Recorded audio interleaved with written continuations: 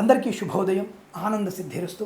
ఆరోగ్య విషయంలో చాలామంది కూడా ఈ గ్యాస్ సంబంధమైనటువంటిది మరియు ఈ కడుపులో రుగ్మతలు ఎక్కువగా ఉండడం లాంటివి మనం చూస్తూ ఉన్నాం. ఈ వ్యక్తులందరూ రోగనాశనం కొరకు ఒక చిన్న ఉపాయాన్ని మీరు తప్పకుండా చేయండి. తప్పకుండా మీరు ఈ మంత్రాన్ని చదవడం, అలాగే ఈ యొక్క నేను చెప్పినటువంటి దేవుణ్ణి ఆరాధన చేయడం వల్ల అనుకూలంగా ఉంటుంది. ప్రతి సోమవారం కూడా మీరు కాలభైరవ పూజ సాయంత్రమో పొద్దునో మీకు ఎప్పుడు వేదప్పుడు కాలభైరవుడికి తప్పకుండా చందన అభిషేకం చేయండి. కాలభైరవుడికి చందన అభిషేకం చేయించడం సోమవారం రోజున చేసిన, అలాగే ఆ స్వామివారికి పొంగలి నివేదన చేసి ఆ పొంగలిని అందరూ తినడం వల్ల, అంటే ఆ పొంగలి తినడం వల్ల తప్పకుండా మనకి సంపూర్ణ ఆరోగ్యం, ఉదర సంబంధించిన అనారోగ్యం నుంచి బయటపడడం, గ్యాస్ట్రిక్ ట్రబుల్ నుంచి బయటపడే అవకాశం ఖచ్చితంగా ఉంటుంది. ఇది స్వామివారి యొక్క ఆ నివేదన వల్ల అటువంటి ఫలితాన్ని మనం పొందుకుంటాం.